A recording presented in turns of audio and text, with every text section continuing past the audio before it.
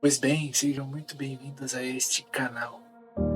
Começando agora a parte 3 do estudo das 7 igrejas, abordaremos a carta destinada à igreja de Esmirna, cujo subtítulo é Quando a perseguição atinge a igreja. Pois bem, falando sobre Esmirna, é uma cidade próxima de Éfeso, fica na Ásia Menor também. O reino de Satanás, ele empenha-se numa batalha contra a igreja de Cristo. E Jesus, ele nos avisa, lá em Mateus capítulo 24, versículo 9, que seremos perseguidos. Jesus, ele vai dizer: então vos hão de entregar para serem atormentados e matar-vos-ão. E sereis odiados por todos, por causa de crerem em meu nome. Então a gente entende que por crer no nome de Jesus, nós já seríamos alvos de Satanás, já seríamos alvos do inferno, seríamos perseguidos. E Esmirna, que é a segunda igreja que recebe a carta, ela representa o quê? Os cristãos que são perseguidos. E a perseguição que essa igreja sofre, ela ainda existe nos dias de hoje. E a gente vai ver, no decorrer deste vídeo, a maneira pelo qual ainda existe, quais perseguições são, ou melhor, quais perseguições eles sofreram. Primeiramente, vamos falar sobre o cenário. Esmirna era uma cidade bela, uma bela cidade na Ásia. Ela continha um comércio próspero, e nela havia templos pagãos. Por quê? Porque também já estava localizada em uma rota comercial. E as suas ruas eram pavimentadas, seus prédios ornamentados, e demonstravam toda a beleza que a cidade possuía. E por ter uma beleza, por ser uma cidade comercial, a vida cultural, ela florou muito nos séculos anteriores. As 7 artes liberais, as esculturas, a filosofia, a educação, e todo tipo de ciência que os gregos desenvolveram ali, floravam muito nessa cidade. Em suma, podemos dizer que era uma cidade orgulhosa por ter esta riqueza cultural, por ter uma riqueza, por ser realmente próspera em todos os sentidos. Esmirna também era o berço do paganismo. 6 dos seus 12 deuses romanos tinham templos ali, eram adorados abertamente. E Jesus também é adorado ali. No entanto, os cristãos, eles, por mais que estavam nessa cidade, eles sofriam perseguições, 5 tipos de perseguições que vamos ver à frente, por simplesmente seguirem, por simplesmente amarem a Cristo. Antes de falarmos sobre a perseguição que assolava essa igreja, nós iremos falar do remetente.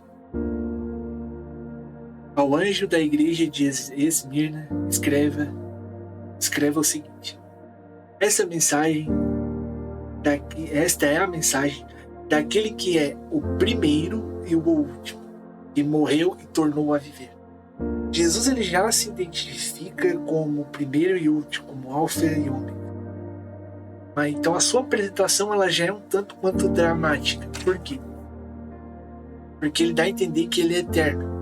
Jesus, ele é o primeiro e ele é o último, ou seja, ele está antes de tudo e vai estar depois de tudo. Então este texto, este versículo 8, capítulo 2, nos dá a entender que Jesus é eterno, que ele já estava antes de toda a criação. Também Jesus, ele vai se declarar como aquele que vive. Por quê? Porque Jesus morreu e ressuscitou. Ou seja, tornou-se servo, viveu entre os pecadores e depois tornou a sua glória, voltou para a sua glória. Jesus, ela se apresenta então de uma forma extremamente dramática, como podemos ver. Se apresenta exatamente desta maneira. No entanto, partimos para falar do pecado. Não há nenhuma repreensão para Esmirna. Por quê? Porque eles sofriam em nome de Cristo. Claro que não há igreja perfeita, não há uma igreja que agrade 100% a Deus.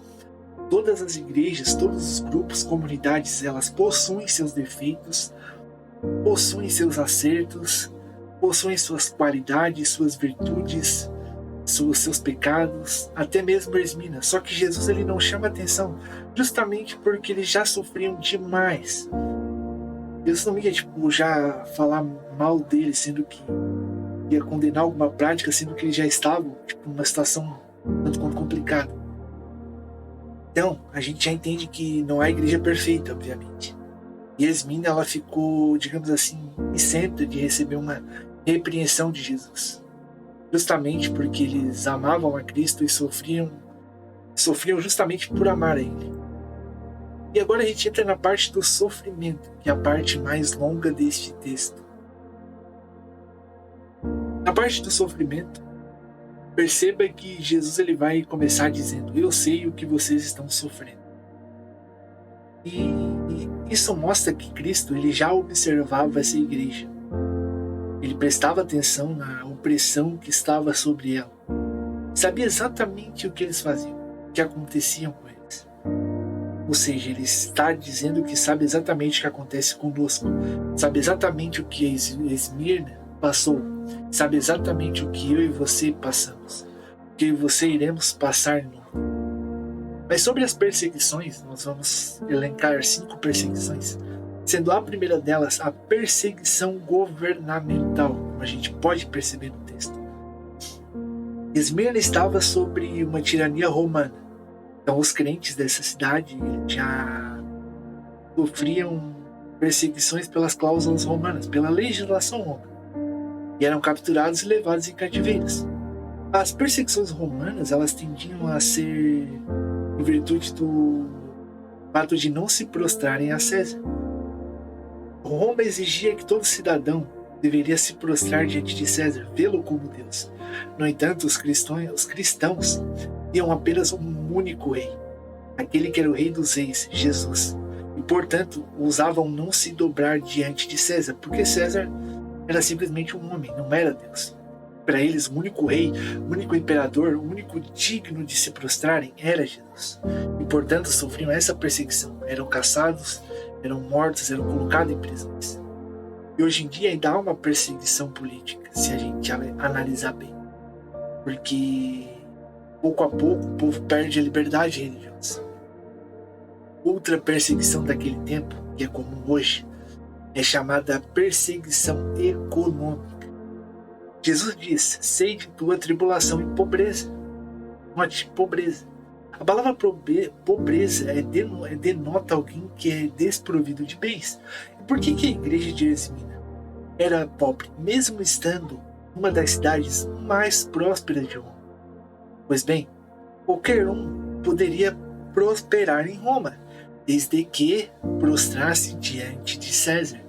Então a gente já percebe que quem não se prostrasse diante de César não poderia ser próspero. Semelhante ao que aconteceu nos primeiros anos, semanas e meses do nazismo, os cristãos eles eram tirados de seus empregos muitas vezes, né? Muitas vezes seus comércios eram queimados, suas coisas eram roubadas, e até negociar com alguém que era cristão era difícil, porque eles iriam pôr pesadas taxas, pesados valores, enfim, juros e etc. Justamente porque não se prostravam a César e não reconheciam César como um Deus, como o Império Romano exigia que reconhecesse. Outro ponto, que é a perseguição religiosa. Em Esmina há uma grande quantidade de deuses. E Jesus ele chama essa comunidade que seguiria outros deuses, que deturpava a palavra, a verdade, como sinagoga de Satanás. E segundo esse grupo, essa comunidade, a igreja de Cristo era ateísta por não adorar a César publicamente. E por ser infiel de forma política por Roma, eles falavam que os cristãos eram politicamente infiéis por não seguirem César como rei, e sim considerarem que Jesus era o seu rei. E aí entra a pergunta: se um oficial romano viesse, uma hipótese até nós, e disser uma coisa: você escolhe César ou a Cristo? Qual seria a nossa escolha? O que escolheríamos? Nós teríamos que ter a graça de Deus para ter essa confissão pública de seguir a Jesus Cristo, porque é uma tarefa árdua. É uma escolha difícil, na verdade, porque é muita perseguição envolvida. Você perderia talvez tudo que você conquistou na sua vida. Pois ainda há outras duas perseguições. A outra é perseguição física. Porque Jesus vai garantir que o sofrimento deles vão continuar. Jesus não iria aliviar o sofrimento deles. Eles teriam mais e mais sofrimentos. E alguns perderiam a vida por causa do nome de Jesus. E por que disso? Porque nas prisões romanas não era um lugar muito bom. Você não existia bolsas como existem hoje em dia para prisão. Não, você não tem nada disso. Tudo que reinava ali era tortura e ápice de violência. E como o custo de manter um prisioneiro era alto, obviamente muitos iriam padecer pela falta de médico, pela doença e até mesmo por simplesmente abrir espaço. Não, vamos ter que liberar as prisões, vamos matar a galera para botar mais gente. Então assim, a sua perseguição física era essa, era você ser preso e morto. E por fim, uma das piores, que é a perseguição satânica. Jesus ele vai dizer que Esmina ela sofria uma perseguição do próprio diabo.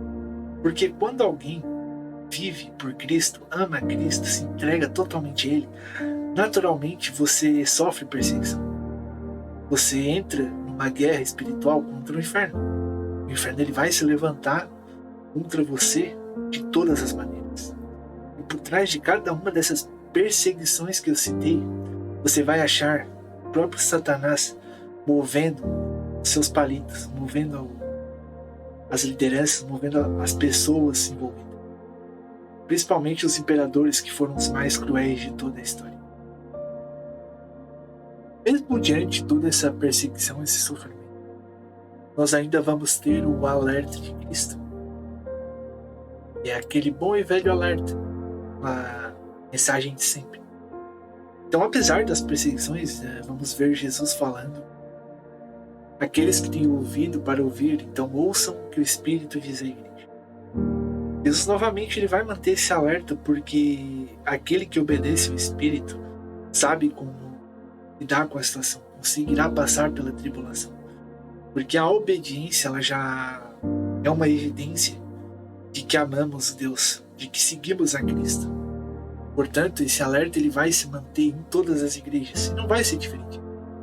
Essa parte vai ser repetida. Quem ouvidos ouça, quem tem ouvidos para ouvir, então ouça o que o Espírito diz à igreja. Então, para todos nós, é necessário que mantenhamos os ouvidos atentos à voz do Espírito. Por fim, vamos para a promessa, porque toda igreja, as cartas vão receber uma promessa. Qual é a promessa para a igreja de Esmirna? Todos os verdadeiros cristãos são vencedores porque estão livres da segunda morte. Ou seja, todo aquele que segue verdadeiramente a Cristo, aquele que toma a sua cruz, que anda atrás de Jesus, que tem Jesus como alvo, que escuta a voz do Espírito Santo, ele já venceu sobre a segunda morte. E o que é a segunda morte? Pois bem, a primeira morte ela é física, é a separação da nossa alma do nosso corpo. A segunda morte ela já é espiritual, que é a separação da alma da vida eterna.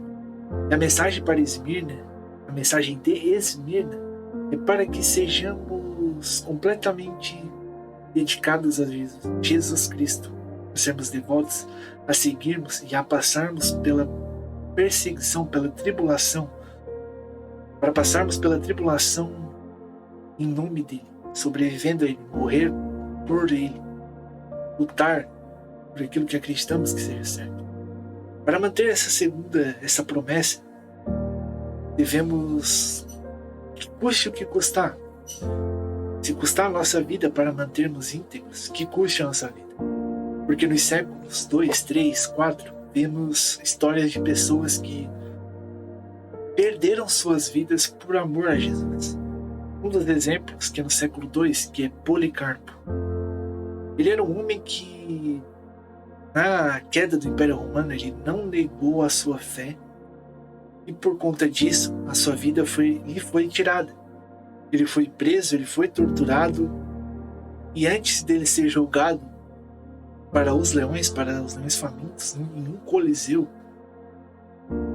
E foi feita a oferta novamente: ou você se prostra diante de César e reconhece como rei, ou você morre. E ele, então, ele ora a Deus agradecendo porque morreria pelo nome de Jesus, ou seja, ele morreria por acreditar em Jesus.